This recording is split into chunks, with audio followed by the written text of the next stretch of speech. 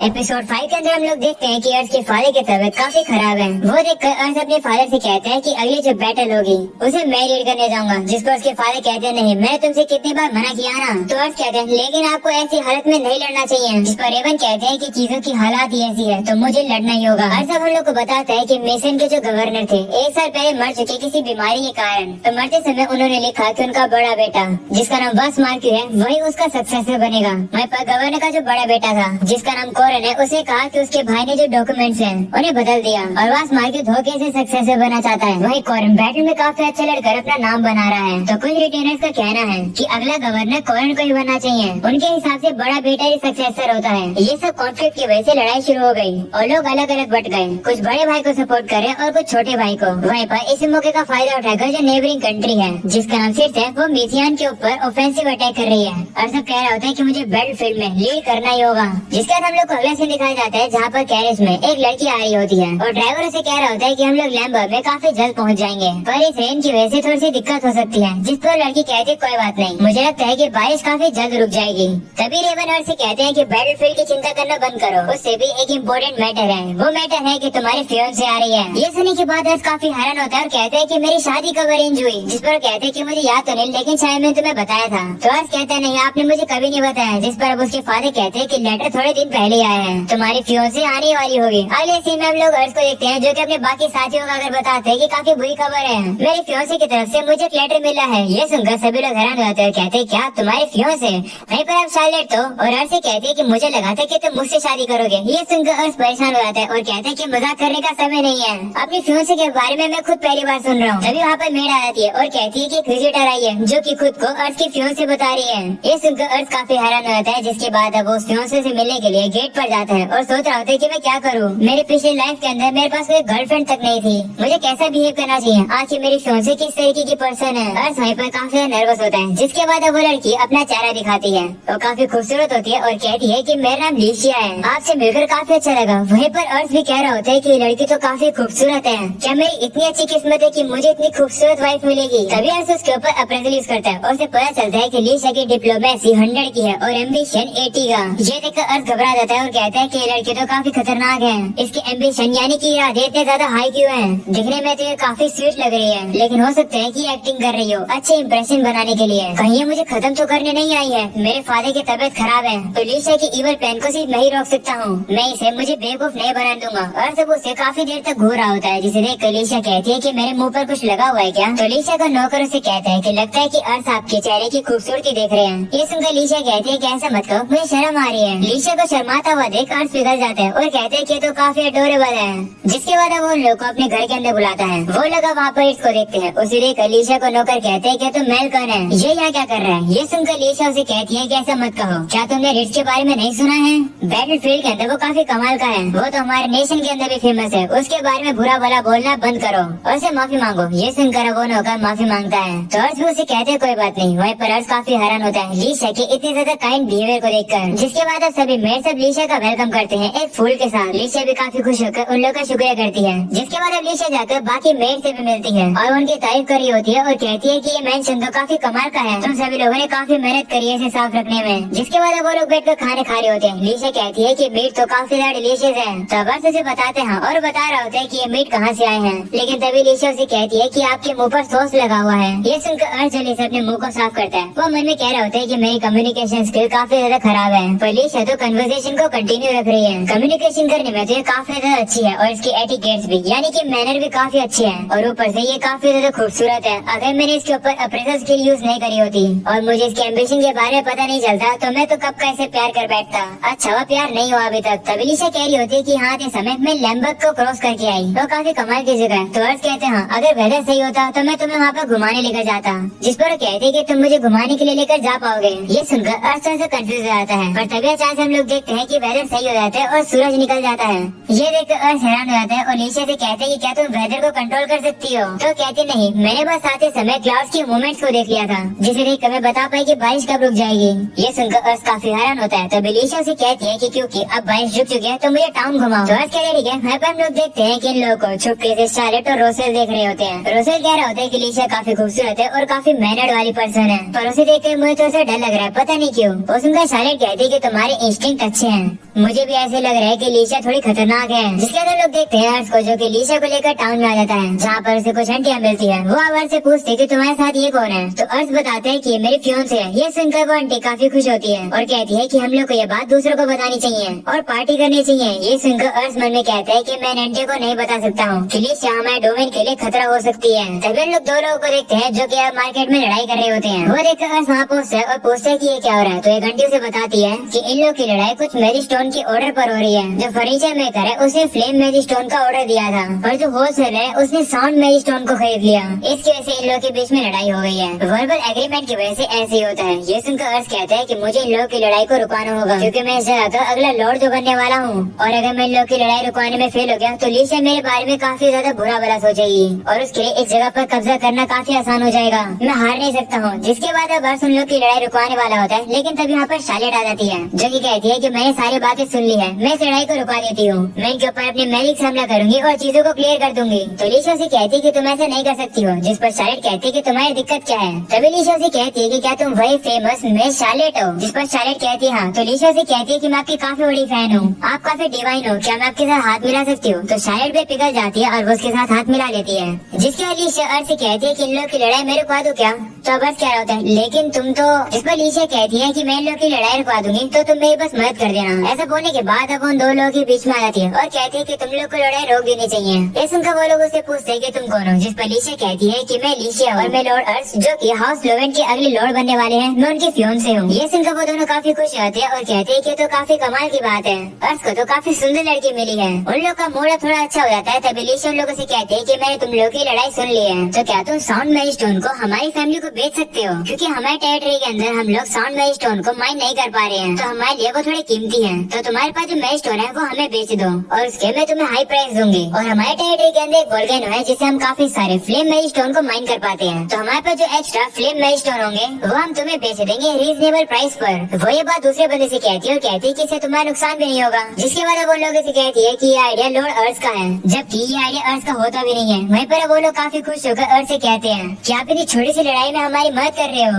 आप हमारे काफी कमाल के फ्यूचर लॉर्ड बनोगे। तो अर्श कहते हैं कि मैं एक रिक्वेस्ट कर रहा हूँ, जिससे कि फ्यूचर में ऐसा फिर से ना हो। भले तुम लोग फ्रेंड्स हो और नेगोशिएशन कर रहे हो, प्लीज जरा कॉन्ट्रैक्ट लिख लेना, जिससे कि बाद में दिक्कत ना हो। जिस पर वो लोग कहते हैं हाँ माफ कर देना, इस बार हमसे गलती होगी, आगे ऐसी गलती नहीं होगी। तो अर्श कहते हैं कोई बात नहीं, चलो अपना बहस देते हैं। जिसके बाद सभी लोग वहाँ से चले जाते हैं और लड़ाई भी रुक जाती है। अर्श अब आकर लीशा को शुक्रिया करते हैं उसकी मदद करने के लिए, जिस पर लीशा भी खुश होती है कि वो काम आ पाई। अर्श अब सोच रहा होता मन में कि लीशा की डिप्लोमेसी काफी ज्यादा कमाल की है। इसका शाम का सीन दिखाया जाता है जहाँ पर लीशा के हाथ में कोई चीज होती है और वो उसे देख रही होती है। अर्श उसे कहते हैं माफ करना, तुम्हें मैं इतना चलवा रहा हूँ। तो वो कहते हैं कोई बात नहीं, मैं इतने समय में काफी कुछ सीखा है। तभी शार्लेट लीशा से कहती है कि मैं एडमिट करती हूँ कि तुम लोगों ने उनकी लड़ाई काफी अच्छे से रुकवाई, पर इसका ये मतलब नहीं है कि मैं तुम्हें एक्सेप्ट कर रही हूँ। ऐसा बोलने के बाद शार्लेट अब रोसेल के साथ वहाँ से चली जाती है। जिसके बाद अब लीशा अर्श से कहती है कि मैंने पहले आपसे एक फेवर मांगा था, यानी मदद मांगी थी। दरअसल मैं आपसे एक क्वेश्चन पूछना चाहती हूँ, तो उसका आंसर प्लीज सच्चाई से देना। ये सुनकर अर्श सोच रहा होता है कि ये कुछ खतरनाक पूछने वाली है। तभी लीशा अब अर्श से कहती है कि तुम्हें कैसे तरीके के पर्सन पसंद है। ये सुनकर अर्श काफी हैरान होता है और सोचता है कि ये कैसा क्वेश्चन हुआ, मुझे कुछ समझ नहीं आ रहा है कि आखिर लीशा का इंटेंशन क्या है। तभी अर्श मन में कहता है नहीं, लीशा काफी स्मार्ट है, मुझे भी स्मार्ट बनना होगा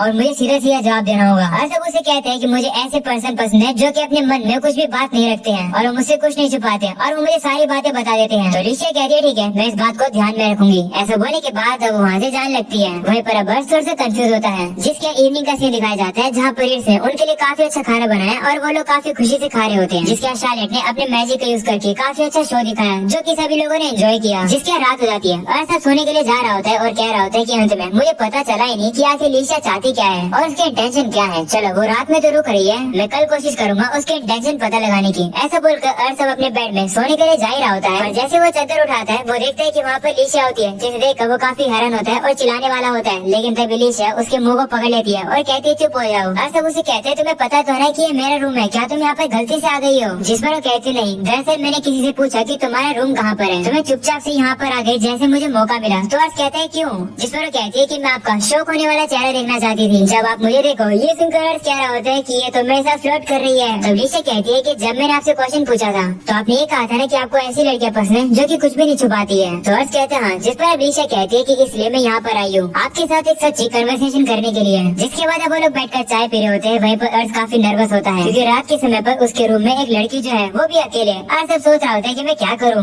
वह उसे पूछता है कि तुम किस बारे में बात करना चाहती हो, जिस पर कहती है कि मैं जानना चाहती हूँ कि आप मेरे बारे में क्या सोचते हो। ये सुनकर अर्श काफी शौक हो जाता है और उसके मुँह से चाय ही बाहर निकल जाती है। वो उसे कहते हैं कि तुम्हारे कहने का मतलब क्या हुआ, जिस पर वो कहती है कि मेरे पास एक स्पेशल टैलेंट है जिससे कि मैं लोगों को देखकर ही पता लगा सकती हूँ कि वो कैसा फील कर रहे हैं, भले ही वो छुपाने की कोशिश क्यों ना कर रहे हो। जब सबसे पहले मैं आपसे मिली थी तो जो इमोशन आप मुझे दिखा रहे थे वो इमोशन शक वाले थे। मैं समझ सकती हूँ कि आपको मुझ पर शक हुआ होगा क्योंकि हम लोग स्ट्रेंजर्स थे, पर मेरे अंदर एक ऐसी एबिलिटी भी है जिससे कि लोगों से कुछ देर बात करके ही मैं उनको काफी ज्यादा कंफर्टेबल कर देती हूँ। पर्सनली मुझे ये मेरी एबिलिटी काफी अच्छी लगती है, पर आपके लिए मैंने जितनी भी चीजें करी है उन सब से आपका मेरे ऊपर शक और बढ़ता जा रहा है। और अंत में आपने कहा कि आप चाहते हो कि मैं अपनी ट्रू फीलिंग्स आपको बताऊं। ऐसी कौन सी वजह है जिसकी वजह से आप मुझ पर विश्वास नहीं कर पा रहे हो। ये सुनकर अर्श सोचता है कि लीशा की ऑब्जर्वेशन तो काफी कमाल की है, शायद से इसी वजह से वो अनकंफर्टेबल हो गई है। उसे कभी नहीं सोचा होगा कि वो किसी ऐसे पर्सन से मिलेगी जो कि उसके स्टैट को देख सकता है। मैं इस सवाल को डॉज तो कर सकता हूँ पर मैं करूंगा नहीं। और सब उसे बताता है कि मेरे पास एक ऐसी एबिलिटी है जिससे कि मैं किसी पर्सन की एबिलिटीज, एप्टीट्यूड और लेवल ऑफ एम्बिशन देख सकता हूँ। और मेरी अप्रेजल ने मुझे बताया कि तुम्हारे पास डिप्लोमेसी का काफी इनक्रेडिबल टैलेंट है जो कि ज्यादातर लोगों में नहीं होता है।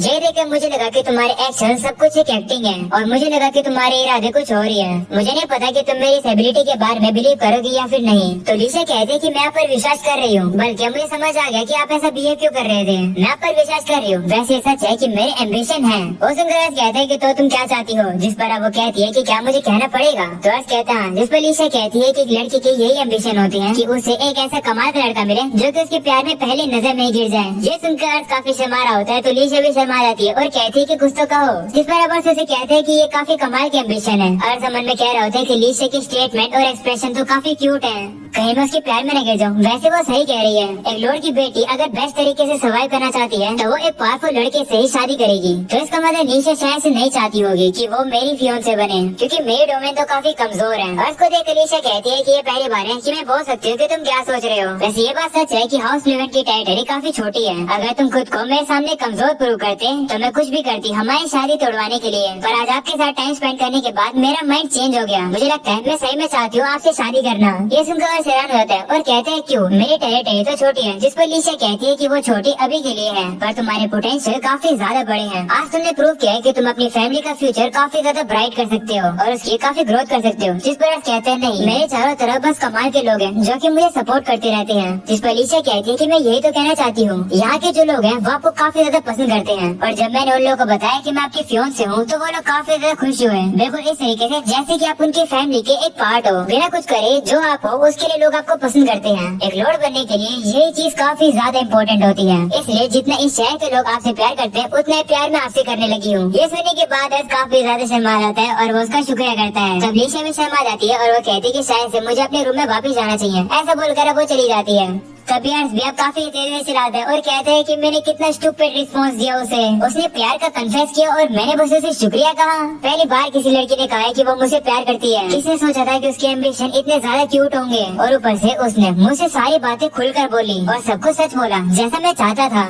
और तो उसने मेरे अप्रेजल स्किल के बारे में कोई क्वेश्चन तक नहीं पूछे और सब काफी खुश हो रहा है। वहीं पर हम लोगों को लीशा को दिखाया जाता है जो कि गेट के बाहर आने के बाद काफी शर्मारी होती है। वो कह रही होती है कि मैंने कितनी फुलिश चीज करी है, मैं एक जेंटलमैन के बेडरूम में घुस गई और मैंने क्या क्या बात करी, मुझे काफी ज्यादा शर्म आ रही है। पर अगर देखा जाए तो ये पहली बार है कि मैंने किसी को बताया कि मैं किस तरीके से सच्ची में फील करती हूँ। और लेसी में लोग देखते हैं कि लीशा अब अपने नेशन में वापस जा रही होती है। वो मन में कह रही होती है कि नोबिलिटी की दुनिया काफी बेकार जगह होती है, सभी लोग झूठ बोलते हैं और वैसे वो बोलते नहीं है जैसे वो सोचते हैं। वो दूसरे लोगों को ही गिरा देते हैं अपनी पोजीशन को सिक्योर करने के लिए। मैं उन लोगों की मन की गंदी बातें पढ़ पाती थी जिसकी वजह से मुझे अपनी खुद की एबिलिटी हमेशा से पसंद नहीं थी। पर एक दिन मैं किसी की शादी में गई हुई थी जहाँ पर कुछ लोग कह रहे होते हैं कि लड़की जिसकी शादी हो रही है वो नोबिलिटी के सबसे लोएस्ट में हुआ करती थी, पर फिर भी उसने एक हाई वाले नोबल से शादी करी है। ये सब कहती है कि अगर एक ताकतवर पर्सन जिसके पास पॉलिटिकल पावर हो वो तुम्हारे साथ प्यार में पहली नजर में गिर जाए तो तुम इस बेकार की नोबिलिटी की दुनिया को एस्केप कर पाओगी। ये सब कहती है कि उसी मोमेंट पर मैंने ये चीज रियलाइज कर ली थी। मैं इस अपनी एबिलिटी को पसंद करने लगी थी जिसे मैं पहले हेट किया करती थी काफी ज्यादा। मैंने ऑलरेडी इस दुनिया की बेकार चीजों को देख लिया था तो मैं भी ऐसी चीजें बोलना सीख गई जो कि मैं बोलना नहीं चाहती थी। मेरा कोई भी इंटरेस्ट नहीं था छोटे रैंक वाले अर्श के साथ शादी करने के लिए। मुझे बस किसी ताकतवर से शादी करनी थी, इसलिए मेरा इरादा बस ये था कि मैं अर्श के साथ अच्छे इंप्रेशन बनाऊंगी और एक अच्छा बॉन्ड बनाऊंगी। पर मैं उसके सामने फेल हो गई और ऊपर से उसे मुझ पर शक भी होने लगा, जबकि मैंने कन्वर्सेशन में अपनी इतनी ज्यादा मेहनत करी और तो और मैंने उसके सामने अपनी इतनी अच्छी स्माइल भी बार बार दी। पर अर्श का शक मुझ पर और ज्यादा बढ़ता जा रहा था। मैं ये तक नहीं बता पाई थी कि अर्श आखिर सोच क्या रहा है। जिसके बाद हम लोग को थोड़ा सा पास का सीन दिखाया जाता है, जहाँ पर अर्श लीशा को टाउन घुमा रहा होता है।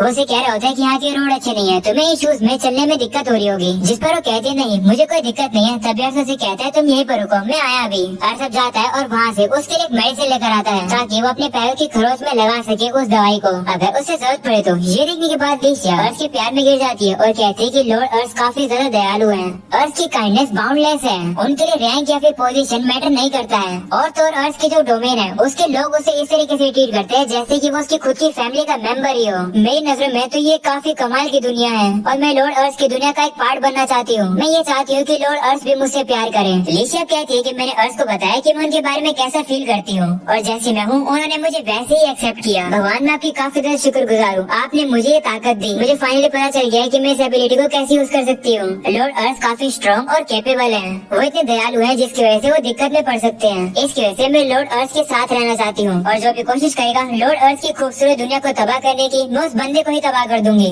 चाहे वो कोई भी हो। अगले दिन अब अर्श कह रहा होता है कि लीशा के जाने के बाद हम लोग एक दूसरे को लेटर लिखने लगे। मैंने कभी लेटर लिखे नहीं थे, इसे लीशा को लेटर लिखते हैं मैं हमेशा नर्वस रहता हूँ। अर्श लीशा को लिखता है कि तुम कैसी हो। ये जानकर काफी खुशी है कि जो फ्लावर सीड्स मैंने तुम्हें दिए थे वो अच्छे से ग्रो कर रहे हैं। अगले स्प्रिंग में वो काफी अच्छे से ब्लूम करेंगे। जिसके बाद हम लोग को पास का सीन दिखाया जाता है, जहाँ पर जब लीशा जा रही थी तो अर्श से वो फ्लावर सीड्स देता है और कहता है कि ये काफी खूबसूरत तरीके से ब्लूम करते हैं। लीशा इन सीड्स के लिए अर्श का शुक्रिया करती है और वो उसे कहती है कि आप सही में काफी दयालु हो। जिस पर अर्श कहता है नहीं ऐसी बात नहीं है। तभी लीशा उसके कान में कहती है कि मैंने आज से अपने प्यार का इजहार किया था, उसका आपने कोई भी रिस्पॉन्स नहीं दिया। ये सुनकर अर्श काफी शर्मा जाता है। तो लीशा से कहती है कि आपको तुरंत आंसर देने की जरूरत नहीं है, मैं अपना बेस्ट दूंगी जिससे कि पहली नजर में आप मेरे प्यार में गिर जाओगे। ये सुनकर अर्श भी उसे कहने वाला होता है कि मैं भी तुमसे, लेकिन तभी लीशा उसे बीच में रोक देती है और अब अर्श से कहती है कि मैंने डिसाइड कर लिया है कि मैं तुम्हें से शादी करूंगी। ऐसा बोलकर वो वहाँ से चली जाती है। वहीं पर ये सुनने के बाद अर्श तो काफी शौक में वहीं खड़ा रहता है। अगले सीन में वापस से प्रिज्म का सीन दिखाया जाता है, जहाँ पर अर्श कह रहा होता है लेटर में लीशा से कि यहाँ पर जिंदगी काफी पीसफुल चल रही है और अगला गवर्नर कौन बनेगा उसके लिए जो लड़ाई चली थी वो अभी के लिए रुक गई है और मेरे फादर की जो तबीयत है वो भी थोड़ी सी ठीक हो गई है। शायद से ऐसा इसलिए क्योंकि उन्हें वॉर की थोड़ी सी कम चिंता है, शायद से वो काफी जल्द चलने लगेंगे। तो लीशा अगली बार जब तुम यहाँ पर आओगी तो मैं तुम्हें अपने फादर से काफी अच्छे से इंट्रोड्यूस करूंगा। अगली बार जब मैं तुमसे मिलूंगा तो शायद से मैं तुम्हें कुछ बताऊंगा कि शायद से मैं भी तुमसे शादी करना चाहता हूँ। और सब मन में कहते हैं कि मैं दुआ करता हूँ कि जिंदगी इसी तरीके से हमेशा पीसफुल चलती रहे। और अब यही पूरा जाता है ये एपिसोड खत्म। अर्श तो चाह रहा होता है कि उसकी जिंदगी पीसफुल चलती रहे और ऐसा नहीं होने वाला है। ऐसा क्या होने वाला है हम लोग को जानने के लिए अगला एपिसोड देखना होगा जो कि अगले हफ्ते आएगा। वो एपिसोड देखने के लिए जल्दी चैनल को सब्सक्राइब कर दो और इस वीडियो को भी लाइक कर दो। मिलते हैं अगले एपिसोड के अंदर, तब तक के लिए बाय बाय।